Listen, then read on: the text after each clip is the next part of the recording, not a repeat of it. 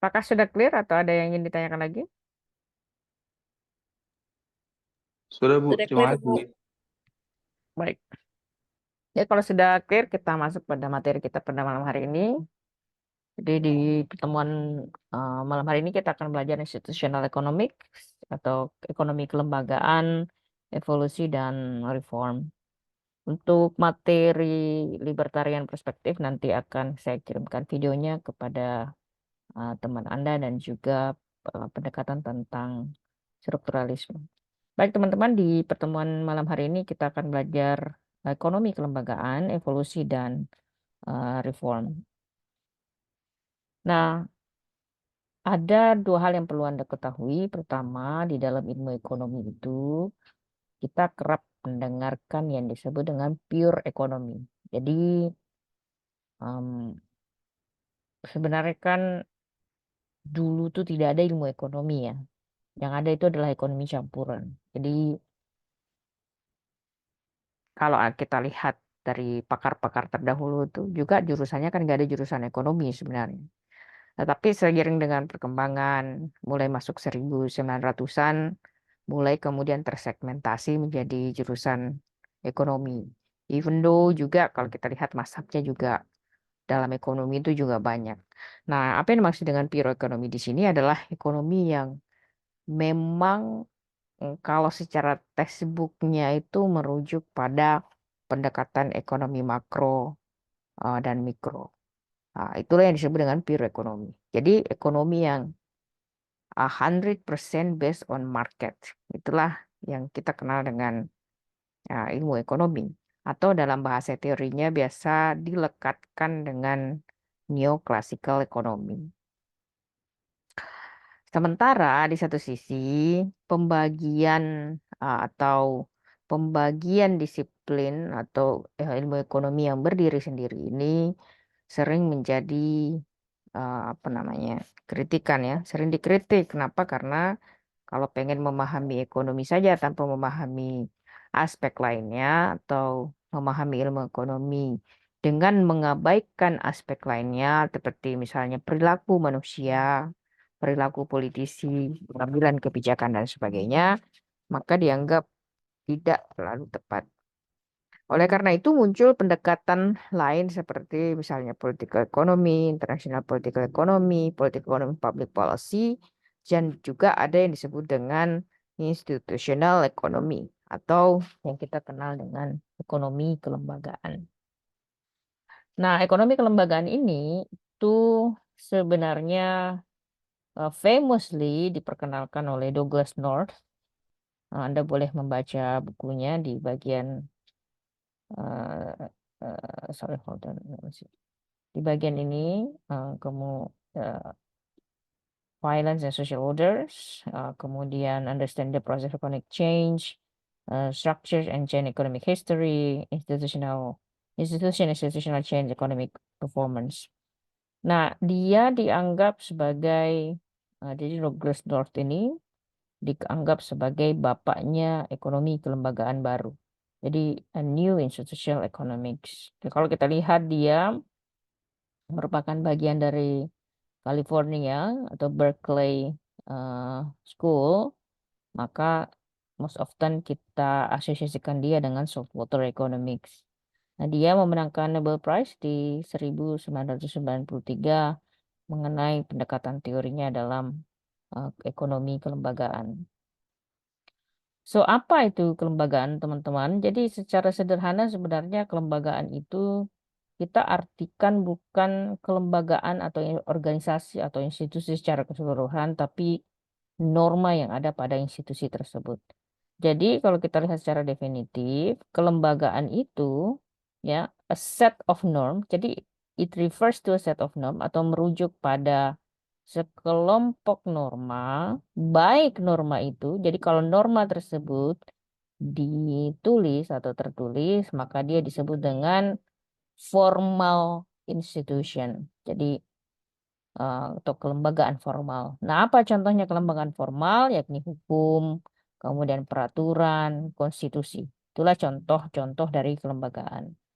Sementara kalau kita melihat dalam sisi yang lain, Ada juga yang disebut dengan informal institution atau kelembagaan yang tidak formal, seperti misalnya norma yang ada di masyarakat, perilaku kita, seperti contohnya bagaimana kita menghargai orang tua, bagaimana kita membantu orang yang tidak mampu, dan juga kesepakatan-kesepakatan yang kita buat antar masyarakat misalnya.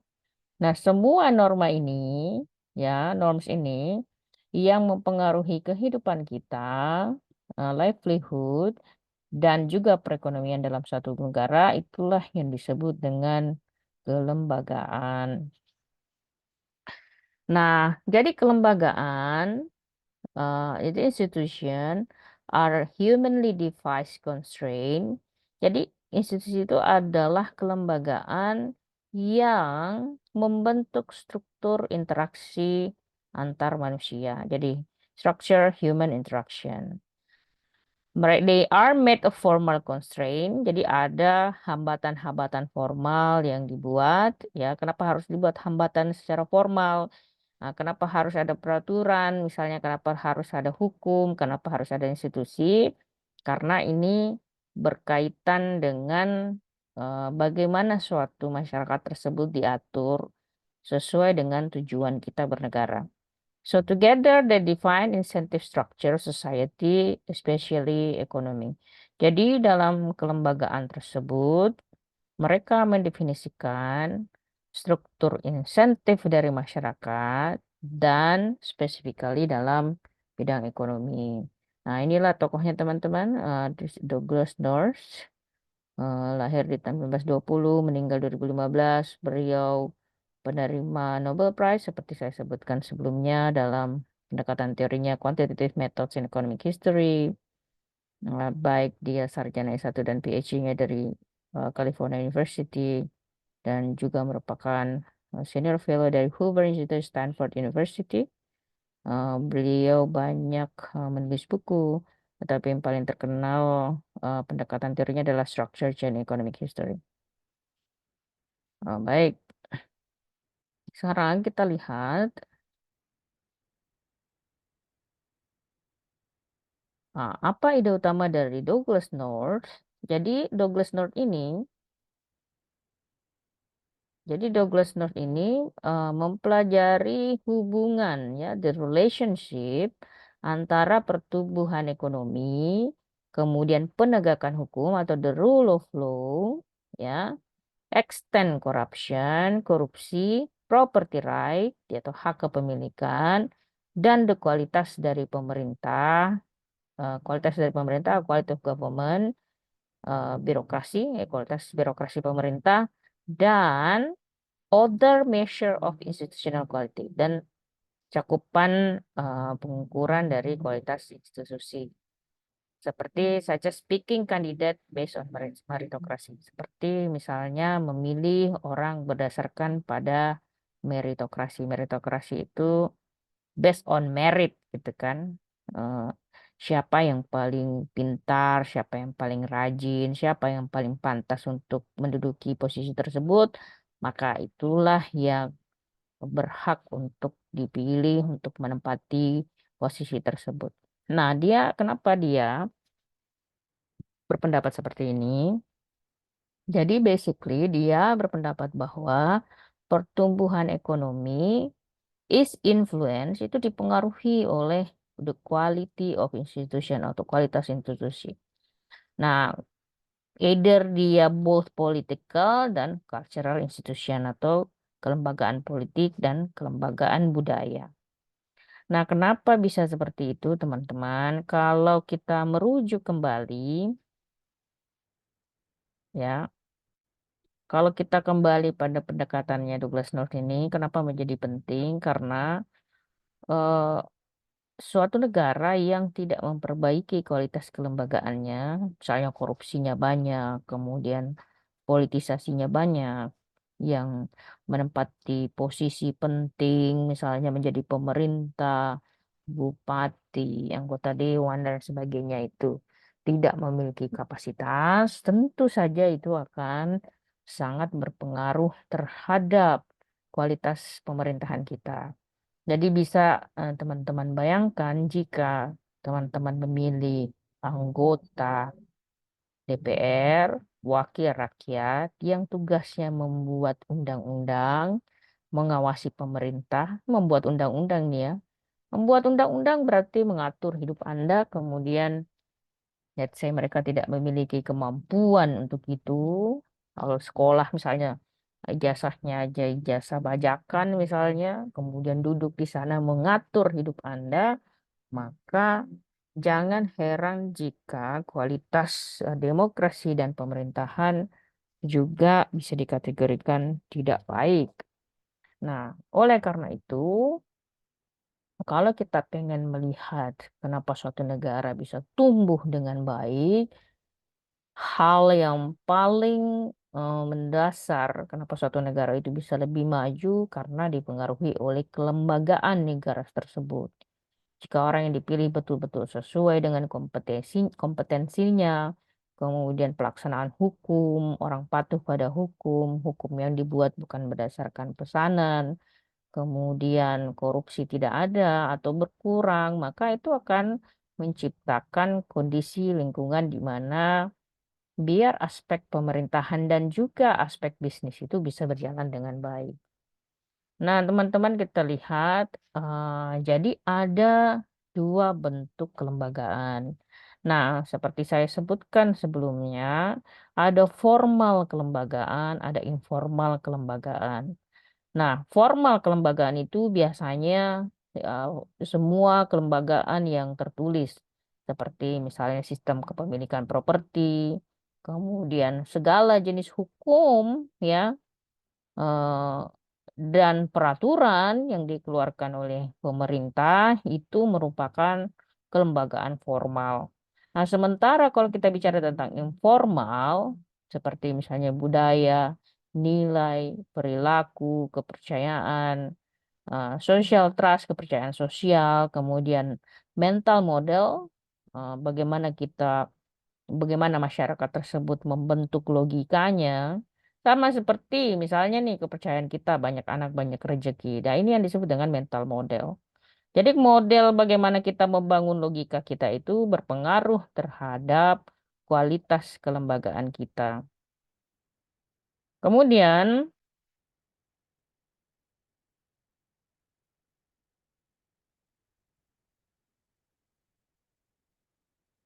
bentar ya.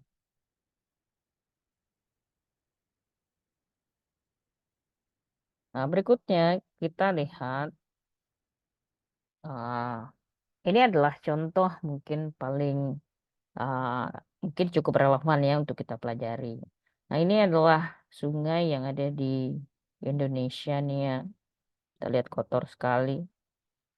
Ini adalah sampah yang sudah menumpuk di sungai.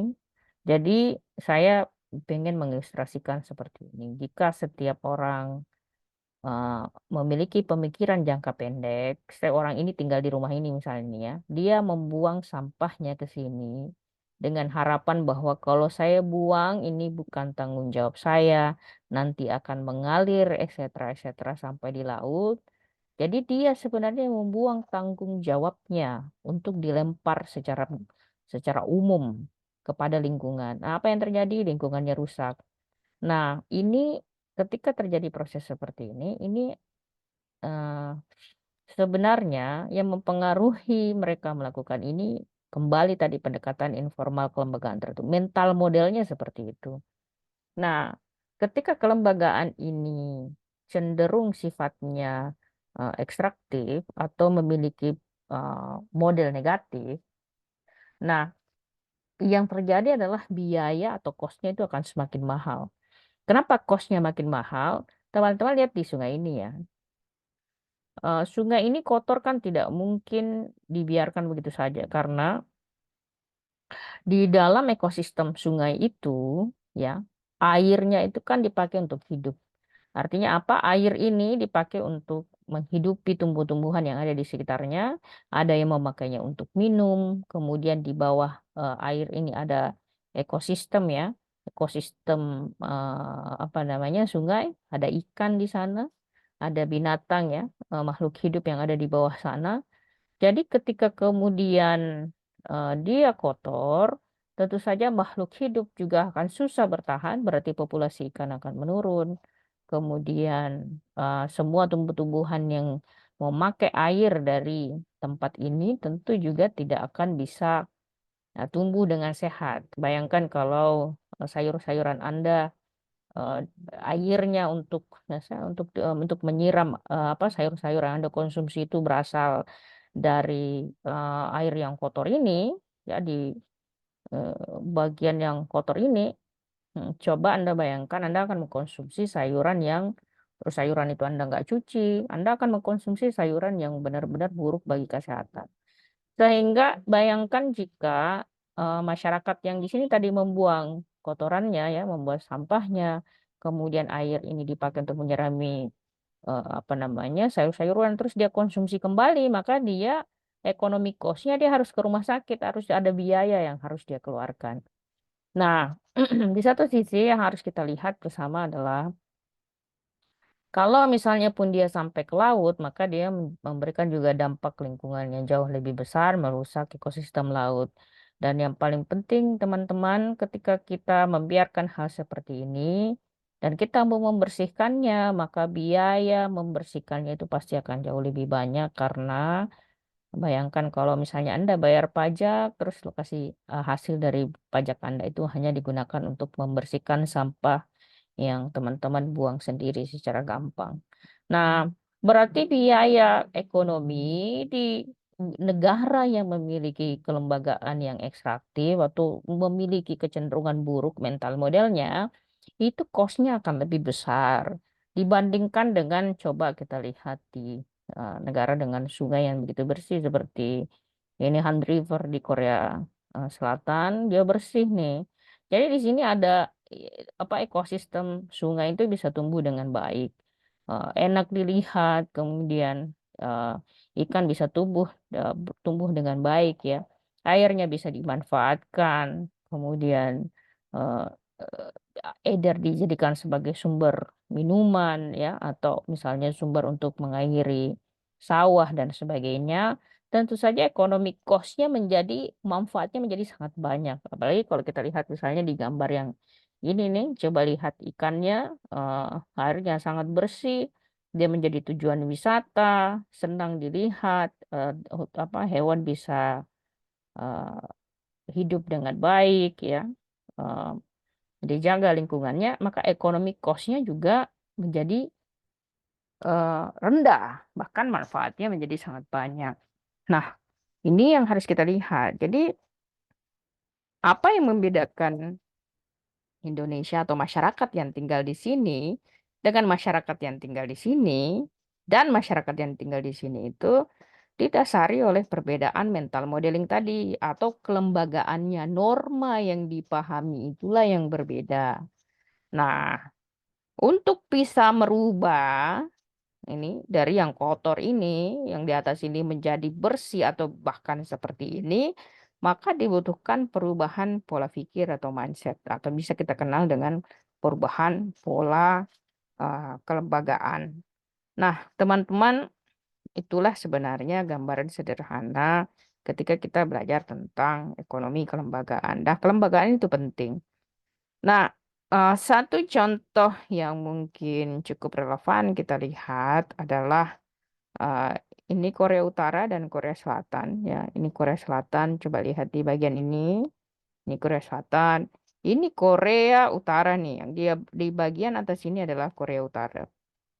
Coba Anda lihat lampu yang ada di Korea Selatan itu, dia banyak lampu yang bersinar di sini. Sementara kalau Anda lihat di Korea Utara itu lampunya dia gelap, artinya tidak ada aktivitas ekonomi. Padahal kalau kita lihat ini adalah eh, dua negara yang sama. Sama dalam artian sama-sama orang Korea, nggak ada perbedaan signifikannya sama dengan mungkin Indonesia ya. Di satu pulau misalnya orang Jawa tidak ada signifikansi perbedaannya gitu. Tetapi kondisi ekonominya sangat berbeda.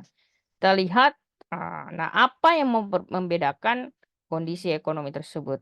Di mana Korea Utara dia secara ekonomi dia begitu progresif, sementara Korea Utara dia terbelakang. Nah, yang menyebabkan mereka ini terjadi perbedaan signifikan itu disebabkan dari kelembagaannya atau norma yang diadopsi oleh negara tersebut.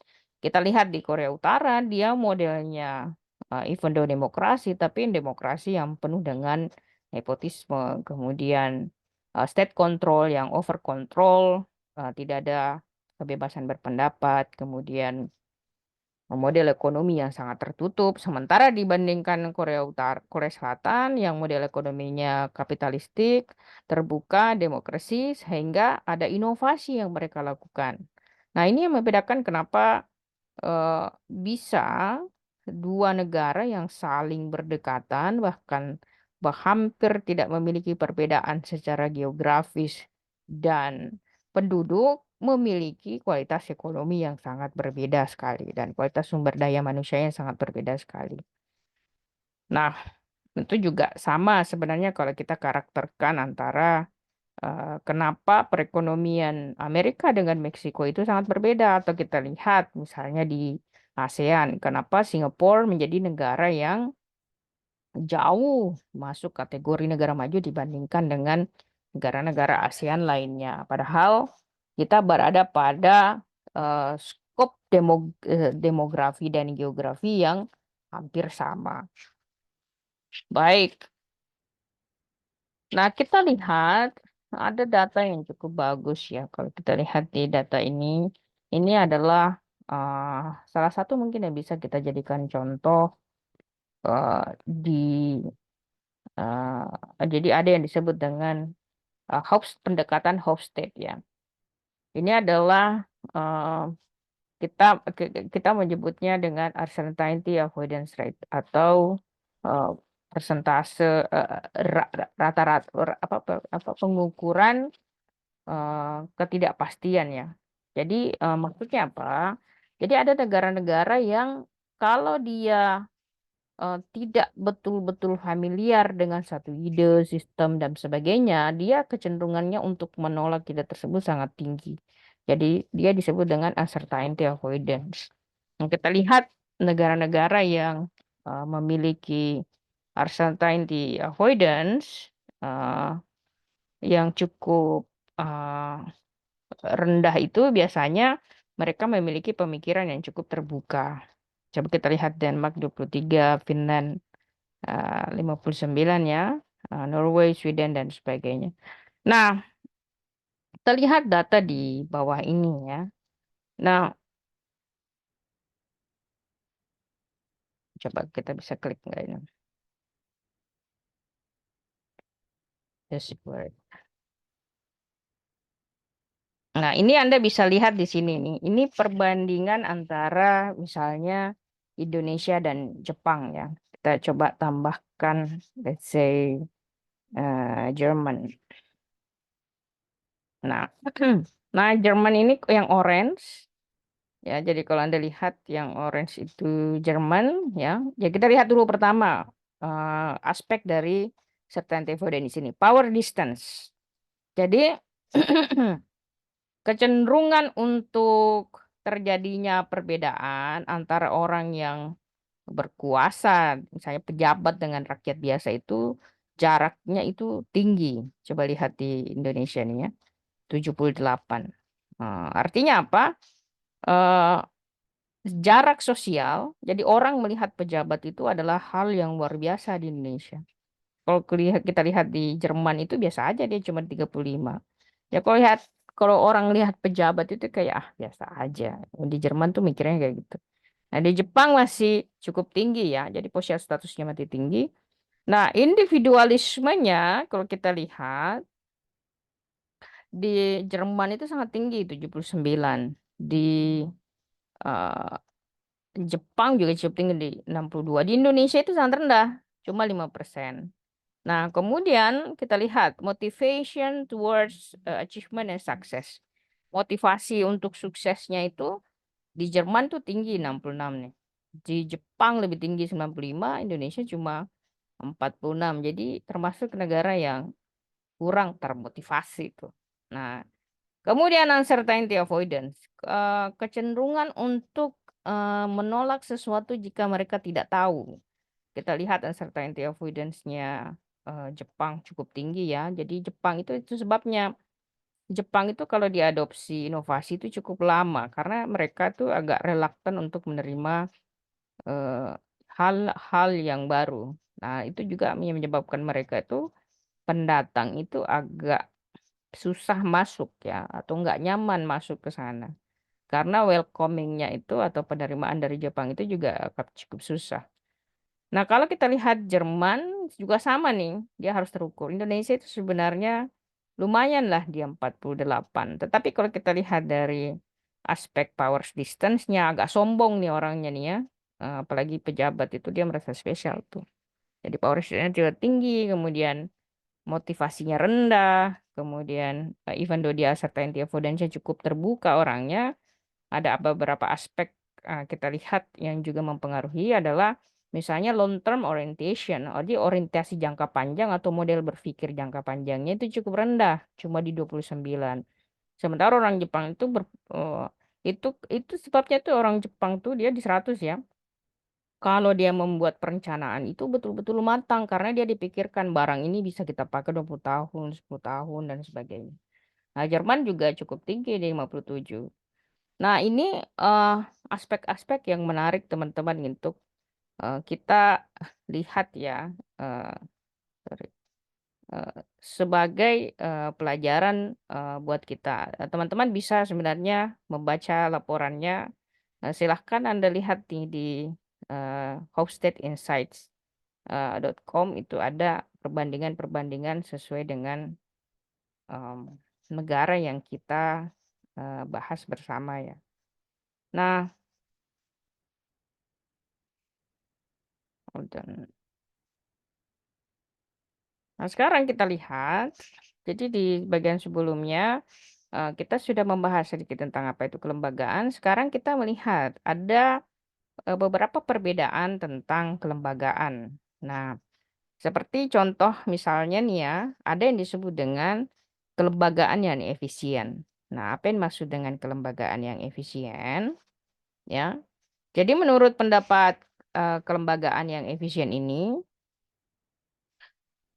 society masyarakat akan memilih kelembagaan that maximize their total surplus. Jadi eh, masyarakat itu akan memilih jenis kelembagaan yang bisa memberikan mereka manfaat sebesar-besarnya.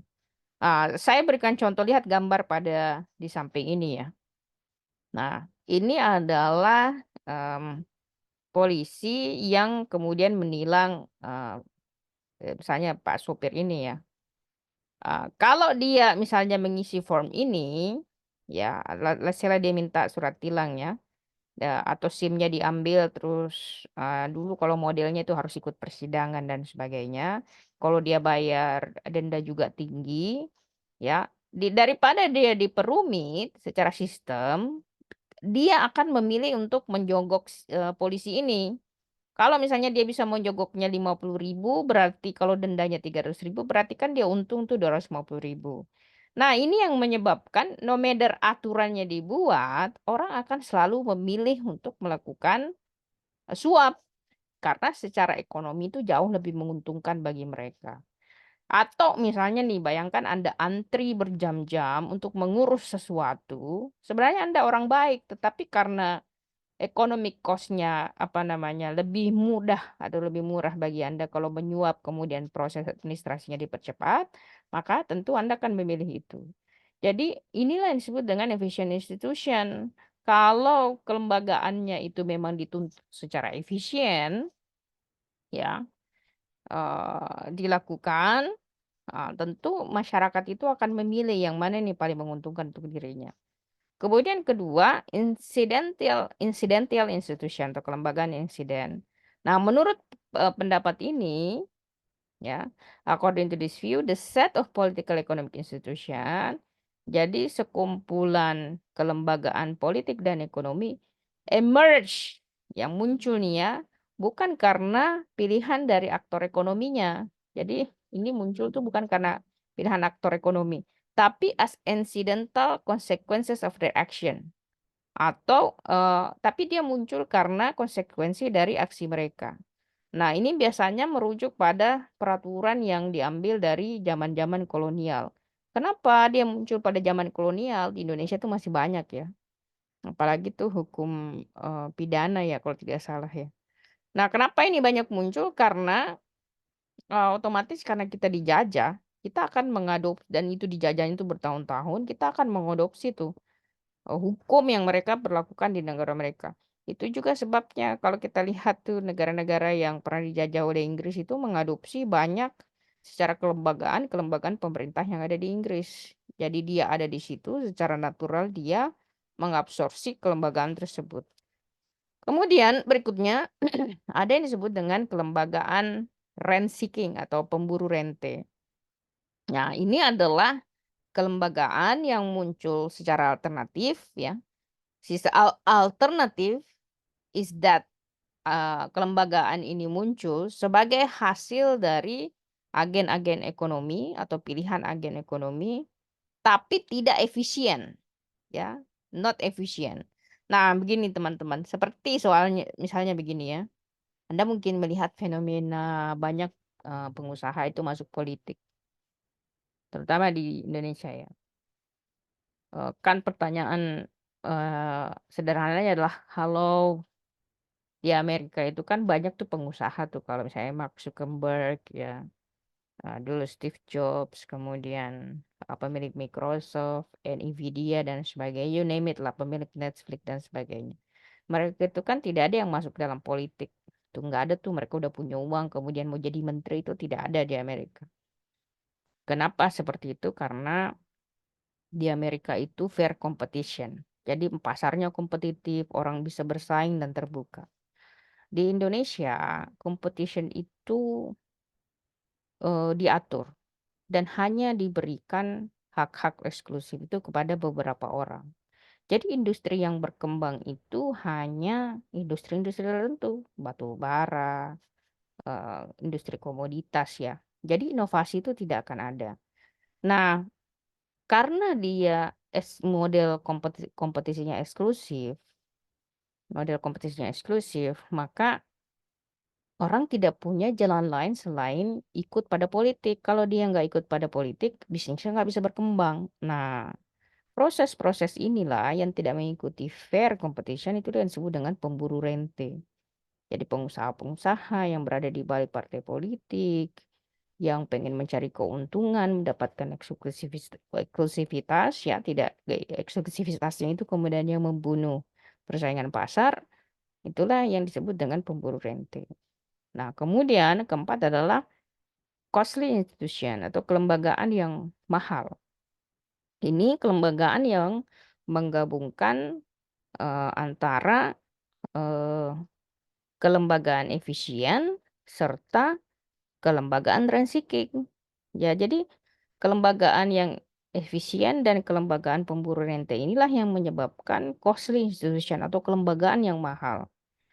Nah, seperti misalnya di sektor perminyakan. Coba lihat, sektor minyak itu kan biaya untuk memproduksi minyak bumi itu kan termasuk bisnis yang high entry of barrier atau mau untuk apa aja sangat sedikit orang yang bisa memasuki sektor tersebut karena biayanya sangat mahal dan sangat dikontrol oleh negara. Nah, karena dia semakin dikontrol, maka akan semakin muncul nih yang ketiga dan satu ini. Itu yang menyebabkan jarang sekali ada inovasi di sektor-sektor tertentu dan kalaupun memasuki sektor itu tuh juga akan sangat mahal. Sekarang teman-teman berikutnya kita lihat. Ada beberapa tokoh yang cukup terkenal dalam kelembagaan seperti Thorstein Veblen, Max Weber, Joseph Schumpeter, kemudian Gunnar Myrdal, John Kenneth Galbraith, tentu juga Douglas North. Nah, Douglas North ini particularly untuk ekonomi kelembagaan baru ya. Nah, sekarang kita lihat, nah pembelajaran kita tentang kelembagaan eh, atau studi mengenai kelembagaan ini sangat deeply rooted ya, sangat dalam berakar pada ilmu ekonomi, sosiologi, dan politik. Nah, itu yang perlu kita cermati bersama. Berikutnya,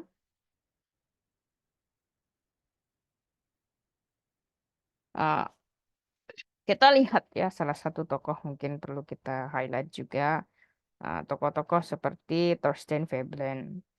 Nah, dia adalah American Socioeconomic, kemudian sebenarnya latar belakang keluarganya tidak dari keluarga biasa saja. Dia bapaknya petani.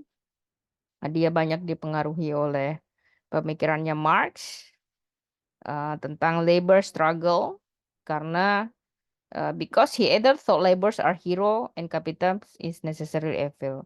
Karena dia melihat bahwa pekerja itu adalah kaum pekerja itu adalah pahlawan dan pemilik kapitalis itu adalah penjahatnya.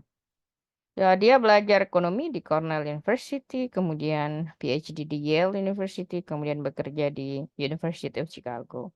Nah, pendekatannya Thorstein Veblen ini terkenal dengan teori conspicuous consumption dan juga conspicuous leisure, ya. Nah, apa itu conspicuous consumption dan apa itu conspicuous leisure akan kita lihat pada pembahasan pada malam hari ini. Nah, kita lihat teman-teman, nah apa itu conspicuous consumption? Nah, conspicuous consumption itu berasal dari kata consumerism, teori. Jadi, akar dari conspicuous consumption ini berasal dari teori konsumsi dan masyarakat yang materialistik.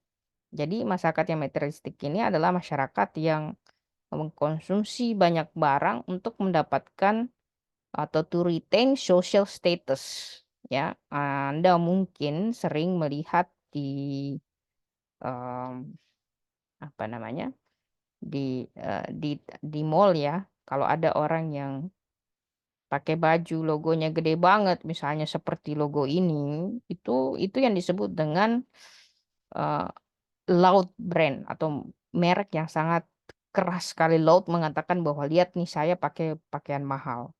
Nah, nah, salah satu penyebab dari adanya loud brand ini karena dia tahu ada demand terhadap masyarakat yang punya conspicuous consumption.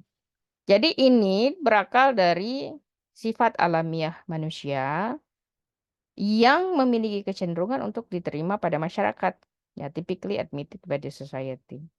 Nah, this is basically show ability dan ini menunjukkan kemampuan dan bukti bahwa mereka ini mampu membeli barang tersebut. Ya, mereka mampu membeli barang-barang mewah tersebut. Jadi kalau Anda lihat orang pakai baju mahal, pakaian mahal, tas mahal, mobil mahal, mereka sebenarnya pengen pengakuan sosial dari masyarakat bahwa mereka mampu membeli barang-barang tersebut. Nah, ini kemudian mempengaruhi, coba kita kembali pada pelajaran sebelumnya, ini mempengaruhi nih redefine price theory of demand. Jadi hal-hal yang mempengaruhi permintaan. Karena kan kalau secara sederhananya teori permintaan itu makin mahal harga barang maka demand akan berkurang. Tapi ini tidak kasus ini menjadi spesial karena dia semakin mahal semakin dibeli. Coba lihat. Kalau tas ini misalnya nih ya, dia makin mahal makin dicari tuh. Nah, ada buku yang menarik untuk kalian bisa baca tuh. Judulnya tuh The Status Game by Will Storr. Nah, dia ini menjelaskan bahwa em, masyarakat itu, setiap orang itu dia memiliki game sosial yang mereka ciptakan sendiri ya, yang mereka inginkan. Ada orang yang pengen diakui dia pintar, ada orang yang diakui bahwa dia kaya, ada orang yang diakui dia berkuasa, ada orang yang mau diakui semuanya gitu. Jadi dia punya status game. Nah, sekarang kita kembali pada pembelajaran teori kita. Nah, nah teori ini kemudian conspicuous consumption ini melahirkan dua teori. Ya, dua teori turunan yaitu invidious consumption dan conspicuous compassion. Nah, apa contoh dari misalnya conspicuous compassion ya?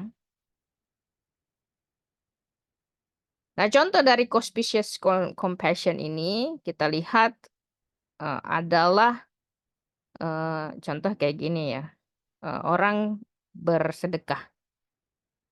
Bersedekah itu ada orang yang bersedekah karena memang dia bersedekah karena pengen eh, eh, melakukan kebaikan. Tapi ada orang yang bersedekah karena bukan untuk dia niatnya baik, tapi dia pengen dipuja bahwa oh dia sedekahnya banyak. Eh, itu yang disebut dengan conspicuous compassion. Jadi dia melakukan hal baik itu bukan untuk sebenarnya melakukan kebaikan, tapi dia pengen mendapatkan pujian dari apa yang dilakukan. Nah, sementara kalau dia invidious consumption, itu adalah perilaku ekonomi yang orang tuh mengkonsumsi barang dengan tujuan, jadi dia mengkonsumsi barang nih, tapi dengan tujuan untuk membuat orang iri. Jadi lihat nih, saya punya barang. Nah, itu untuk memunculkan rasa iri orang, untuk menaikkan sosial statusnya dulu. Maka itulah yang disebut dengan invidious consumption. Nah, jadi ada invidious consumption, ada conspicuous compassion. Jadi kelihatan dia baik, padahal sebenarnya enggak. Nah, kemudian dalam conspicuous consumption ini dia melihat business owner atau pemilik bisnis dan manajer ini adalah agent yang jahat, where the engineer is a good agent or actor. Tapi dia melihat bahwa yang membuat pemilik bisnis, ya pemilik bisnis dari tas ini nih, misalnya ini adalah orang yang jahat dan manajer jahat. Tetapi orang yang membuat tas ini bukan orang jahat, gitu. Nah, secara sederhananya itu dijelaskan seperti itu. Nah, sekarang kita lihat. Nah, ada dua teori yang cukup menarik untuk dibahas. Pendekatan Marshallian Theory by Alfred Marshall. Kita lihat ya penjelasannya. Jadi, people buy what they need. Ya, orang itu membeli barang yang mereka butuhkan. That offers more personal satisfaction. Jadi orang akan membeli barang yang menaruhkan mereka kepuasan secara personal yang lebih tinggi. Jadi people demand is determined by price. Jadi apa namanya, permintaan seseorang ini dipengaruhi oleh harga, ya. Nah, kita lihat ada dua. Ada yang dimaksud dengan Walras Law atau hukum Walras, yang mana adalah teori ekonomi yang mengatakan bahwa eksistensi dari excess supply atau kelebihan dari supply dalam satu pasar harus sesuai dengan excess dari demand. Jadi kalau ada excess supply, supply barang yang berlebihan harus juga diikuti dengan demand yang berlebihan in another market, so that jadi dengan begitu both factors as balance out. Jadi keduanya ini bisa balance, ya. Jadi jangan pernah menciptakan apa namanya, oversupply tapi tidak ada demand. Kemudian yang kedua ada yang dimaksud dengan Walrasian system. Apa yang dimaksud dengan Walrasian system? The forces behind both supply and demand determined by value. Jadi yang mempengaruhi supply dan demand itu dipengaruhi oleh value, nilai, ya. Nah, behind the demand, di balik demand itu ada yang disebut dengan marginal utility. Jadi kalau kita lihat marginal utility itu kemampuan rasional dari yang membeli itu untuk melihat apa nih manfaat sebesar-besarnya buat dia. Nah, contoh mungkin Anda beli iPhone, iPhone itu value-nya tinggi. Even though manfaatnya sebenarnya sama aja. Tapi dia ada manfaat sosialnya. Nah, behind supply is the real cost. Jadi di belakang supply itulah adalah biaya sebenarnya. Nah, berikutnya teman-teman kita lihat. Tadi kita sudah sedikit membahas tentang invidious consumption. Sekarang kita lihatnya. Dan invidious consumption, jadi konsumsi yang ditujukan untuk membuat orang iri. Itu sebenarnya berasal kita lihat di tracing dari budaya orang Inggris. Coba lihat, dia bikin jadi orang dulu itu they basically don't need apa namanya ini hiasan-hiasan ini, tetapi dia makin bagus hiasannya ini makin menunjukkan status sosial dan kepemilikannya yang tinggi. Jadi invidious consumption ini konsumsi barang dan jasa yang ditujukan untuk membuat orang tuh cemburu. Nah, tujuan dari konsumsi ini adalah untuk menciptakan atau meraih yang disebut dengan superior socio-economic status atau status ekonomi superior. Nah, teori inilah yang kemudian mempengaruhi industri fashion. Ya, kita lihat ya. Ada fashion Gucci, LV dan sebagainya itu yang mahal banget dan orang mau beli. Kenapa? Karena pengen kelihatan kaya. Pengen pengen membuat orang tuh iri bahwa lihat nih gua nih, juga mahal. Nah, contoh-contoh brand itu. Nah, coba lihat ini kalau Anda ke salah satu mall di Indonesia itu banyak menjual seperti ini. Jadi yang shopping di situ, hangout di situ tujuannya untuk gaining status sosial tuh. In order kalau kembali diteorikan dia pengen membuat orang tuh envy, jealous ya, ya cemburu. Nah, sementara kalau kita lihat conspicuous compassion ya, jadi conspicuous compassion itu adalah the act of showing good deeds. Dia menunjukkan tuh bahwa lihat nih gua nih melakukan hal baik, good deeds. Seperti misalnya charity, memberikan sedekah, sumbangan. Dia bersumbang bukan untuk dia baik, tapi karena dia pengen social status. Dia pengen disebutkan bahwa lihat nih gue nyumbang banyak. Gue orang kaya, gue bisa kasih banyak begitu. Jadi dia bukan karena dia baik, tapi dia pengen social status. Nah, kemudian dari teori ini muncullah teori lain yang kita kenal dengan leisure class atau eh, yang kita kenal adalah kelas leisure, bersenang-senang. Nah, muncul juga teori itu conspicuous leisure. Nah, apa yang maksud dengan teori ini? Nah, leisure class adalah behavior of rich class society. Jadi perilaku dari orang kaya, either invisible way, baik itu secara terang-terangan untuk menunjukkan gaya hidup mereka, such as vacation and buy souvenir. Seperti misalnya nih, coba lihat artis-artis itu. Kalau mereka berlibur ya, dia menunjukkan nih, share nih, saya liburan, saya naik ini, harganya segini. Nah, inilah yang disebut dengan leisure class dan conspicuous leisure. Nah, ini secara besar-besaran muncul di masyarakat di mana social stratification is high. Jadi stratifikasi sosial yang sangat tinggi. Kembali tadi ke pendekatannya Hofstede tuh, lihat tuh, power distance Indonesia itu sangat tinggi.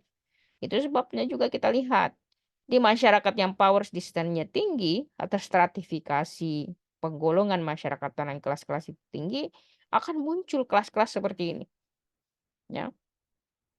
Jadi dia melihat rendah pada masyarakat dengan eh, society dengan kelas sosial yang rendah, tetapi at the same time juga tidak produktif karena sebenarnya it does not produce menghasilkan eh, barang dan jasa.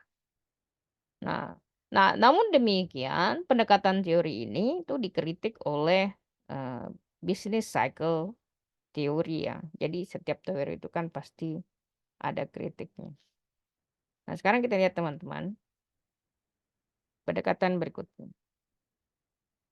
Nah, kenapa ini penting untuk kita lihat? Eh, saya ingin kembali pada pendekatan ini.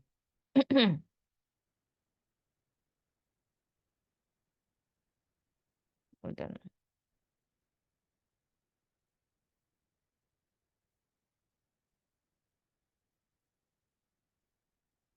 Saya bentar ya.